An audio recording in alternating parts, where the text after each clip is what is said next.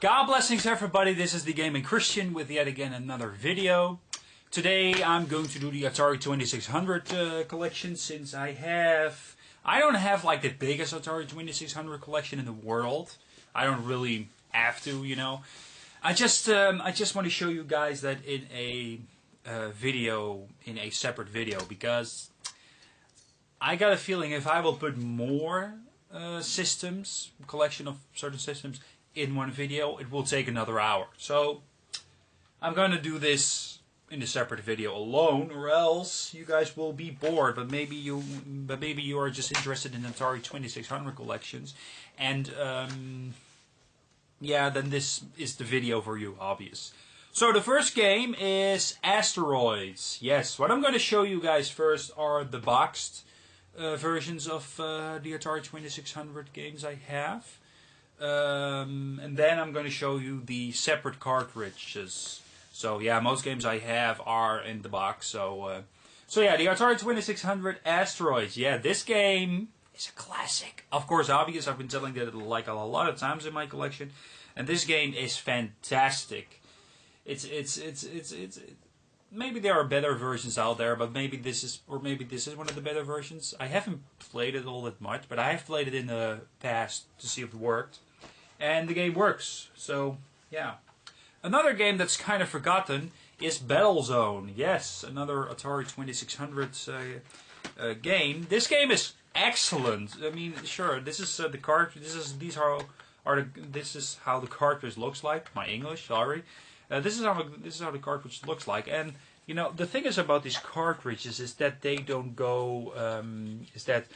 They don't even after a long time, they don't show any damage or whatnot, and even the sticker still is great. It almost looks like new. So that's actually pretty cool about this. And there's even a sticker here on the side, you know. Yeah, but I would say this is a pretty good looking game. This is Battlezone for the Atari 2600. Next up is another classic. This is Breakout. The box is kind of it's not the best anymore, but at least it's a box. I'm glad I have this box. And I also have... Oh no, I don't have Super Breakout. I thought I had Super Breakout. But yeah, this is Breakout for the Atari 2600. And the problem is you use the pedal controllers, and I don't have any pedal controllers. The game works, but I can't play it because I don't have the pedal controllers for it. Sorry, my English. Another game where the box is kind of broken. It's Combat. This game, I think in America and Europe and maybe in Japan even. I don't even know 200% for sure. You got this game for free with the game, so the game was pretty cheap, even in box. The box is kind of broke, but I don't really care too much. You know, the more broken the box is, the less money you have to pay for it. So this is Combat for the Atari 2600. My favorite Atari 2600 game is Enduro. Yes, I love this game. This is one of the most played Atari 2600 games I have in my collection. The thing is, I barely play Atari 2600 not because it's old. I really love old games just as much I love new games. The thing is, all you do in the Atari 2600 games is to break your record, and that's all you do. So maybe the game is a little bit too repetitive, but you know, just to have it is also pretty cool. You know, I'm also a gamer and a collector, so. And the box still looks pretty good. You know, sure, it got ripped here and there, but yeah. And I've played this game a lot. I even because Atari 2600 games doesn't save your best time record. You just have to write it down, and that's pretty old school, people. Yes. Next up is another great racing game for the Atari 2600. It's Indy 500. And you also need the pedal controller for it, so it doesn't work either. You know, it works, but I can't play it. Yes, and this, people, is one of the most oldest, this style, you know, without the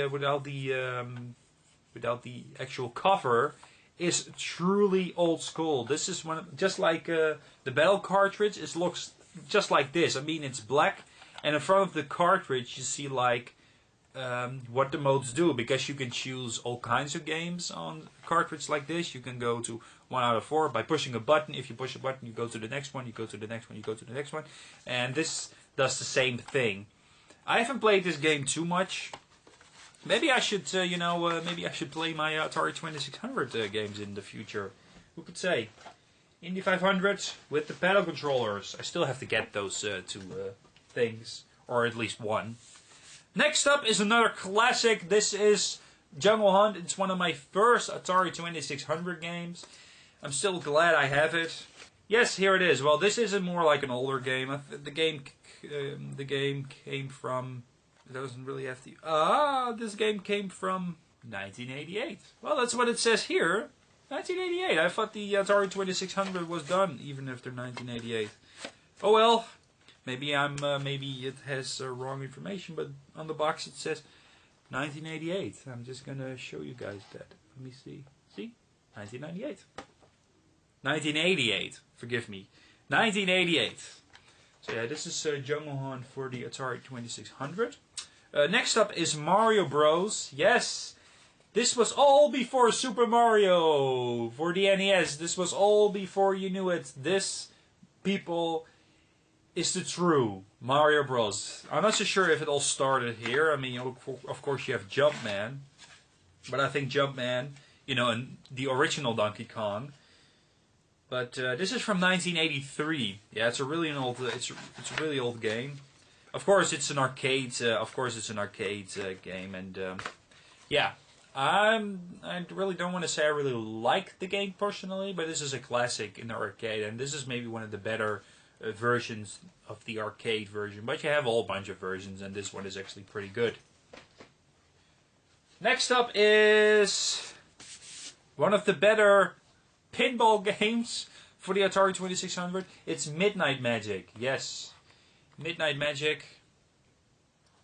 If you look at it, it looks pretty weird. I mean, these are your buttons. It's not stuck on this. It's not really stuck on this pinball machine, but it's more like loose. And the ball is here. Did the ball came out of the machine?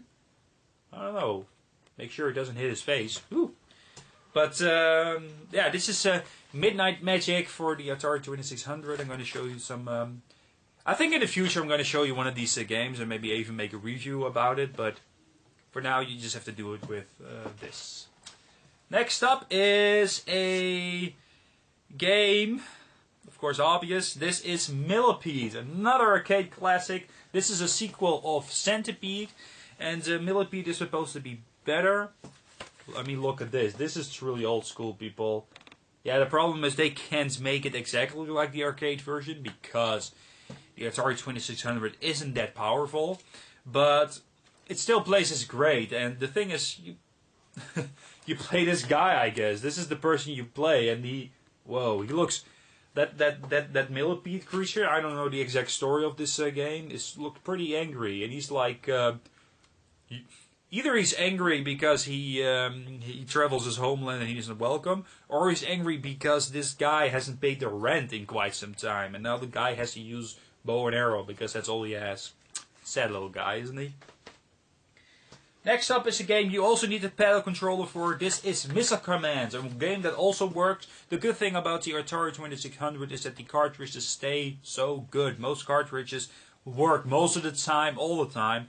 And since I have an Atari 7800, I can play it on that machine. I do have a 2600, but the 2600 doesn't work properly on the televisions I have, and I even bought a black and white television for my Atari 2600, but the black and white television doesn't work either so well. So I think the console itself is kind of broken. But yeah, Missile Command. It's a fun game. I really would say it's a fun game, but I seriously need a paddle controller before I can actually buy this. I've tried it, and he's like, no, you can't use, because I tried to use the controller that the Atari 7800 has, but I can't. It just doesn't work. Next up is MS Pac-Man, also a game I've played a lot on. If you want to call the Atari 2600 games, and it's a little Good, cool looking cartridge. It's a game from 1987. Well, at least that's what the box says. Maybe it came out earlier or later, I don't know. But the box says the box says 1987, so I guess it's true. It's a great game. You all do know the original Pac-Man, do you? For the Atari 2600. That game was terrible. This game, however, is how it's supposed to be. This game is fantastic. If you compare it to the Pac-Man, but also as a separate game, it's just a fantastic game. It works, it's challenging, and it's what Pac-Man is supposed to be. And sure, it still looks like 2600, but it just works. Pac-Man didn't work, so... Next up is a game you need to do 2-player. Sometimes there was a game you can only do 2-player. Outlaw is just one of those games, and the box is kind of broken here. It got smashed some time ago, but at least it's the original box, right? Yes, this is Outlaw. This is a game from 1978. This is truly an old game, but at least it had the original cover, because around that time a lot of Atari 2600 games came out, and I showed you with the Indy 500 how the cartridge looks like. It doesn't have a cover like this one. This one has a picture even. So yeah, and just like this one, I always have like the I always liked the cover of an Atari 2600 games, because they're always, you know, good looking and artsy and stuff like that, and it's all done with the hand and stuff like that. It's all, you know, painted very nice, and that's pretty cool. It's just cool to have as a collector's item, and there's a lot of dust on this box. Woo! It's just cool to have as a collector's item. Here's pole position for the Atari 2600. Maybe this isn't the best. Maybe this isn't the best. Maybe this isn't the best version of pole position. But pole position is supposed to be one of those revolutionary racing games. And you have a whole bunch of versions of pole position. But what I do know is that the arcade version is the best one. And I'm not so sure what console version is the best. But you could say that this is also a pretty early one. This is 1988. Okay. Well, here is pole position. The game works. You know, every game that is on my official collection works. So, yeah. This game also worked. I'm not a huge racing game fan, but I think these kind of racing games are still fun for me to play. But like I said with Enduro.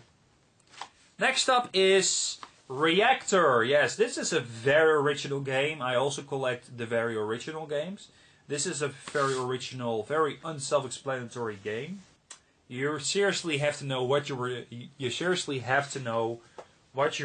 what you need to do in this game, and it's a good thing the back of the box tells you. But this is a different kind of box. I mean, look at this. Instead of, you know, having it like this, how do you say that in English? Having it like this, you do it like this, and the game is there. It's a pretty cool looking cartridge, as you can see. It's a bit different. Don't know why they did that, actually. And what does the back of the box say? It's a game from it doesn't really say where the game is coming from. 1982. This is a game from 1982. That's actually pretty cool. Next up is Real Sports Boxing. Yes. I thought this was boxing. You know, there's a game called Just Boxing, and that game is fantastic, especially as a sports and a puzzle game. This game is actually pretty well done too. It plays well, it looks great. This is a game from 1988. And, yeah, the game plays well. I still haven't done it. Well, it does work, you know, because I always try my new games out. So you can have a nice, relaxing video gaming night. But this game is fun to play, I guess. I still haven't played that much of that game. Anyway, next up, I almost threw my boxes. This is Space Invaders for the Atari 2600. You seriously need a pedal controller for this game. And this game is a classic, people. Space Invaders, people, my gosh. And it even looks like the original Space Invaders. This is one of the most, if you compare this to the old arcade version of the Space Invaders, this one Of all the Atari 2600 games I have, this one looks the most similar to the arcade game. Yeah, it's that good. Next up is a very dusty one. Oh, wait a minute, I do have Super Breakout. I forgot. This is how much I spend time with my Atari 2600 games. This is Super Breakout. This is a sequel to Breakout, and this game is a little bit better, not too much. But the first Breakout was already a great game. This one is even a little bit better, and you do need the pedal controllers for this. I haven't played it yet because it doesn't really work. Next up is also a game you need the pedal controllers for. This is Video Olympics. This has a lot of games for it, and you could say that this is like the Olympics. You have like a whole bunch of games on this. You have like Pong, Super Pong, Soccer, Foospong, Hockey, Quadra Pong, Handball, Volleyball, and Basketball. Yeah, you have a whole bunch of games on this game cartridge. And there's a whole lot of things on it. This game came from 1978. It's a very old game. And this game is fantastic, let me tell you that. You see, this is the old way of, of cartridges. But the cartridges itself, they almost look great after some time. Even after so long, the game still looks great. And this game plays great as well. I have played it somewhere else, but not really at home yet because of the pedal controller I miss. And yeah, it's a really great classic because of all the games that come with it. This is Warlords with another cool cover. The premise of the game is pretty much easy. You need to defend your castle because there's a ball coming, and you need to defend it with your little, guy. So the ball bounces back to the others. It's a really fun game, especially with friends and stuff like that. It's a really great classic game. Okay, that was the last of my boxes. Now I'm going to show you my cartridges that are loose. I don't have too many. Loose cartridges, but I do have. Yeah, I do have a few. They work perfectly. First up is a game I got with my Atari 2600 that doesn't work. It's 32-in-1 game cartridge. That's actually pretty cool.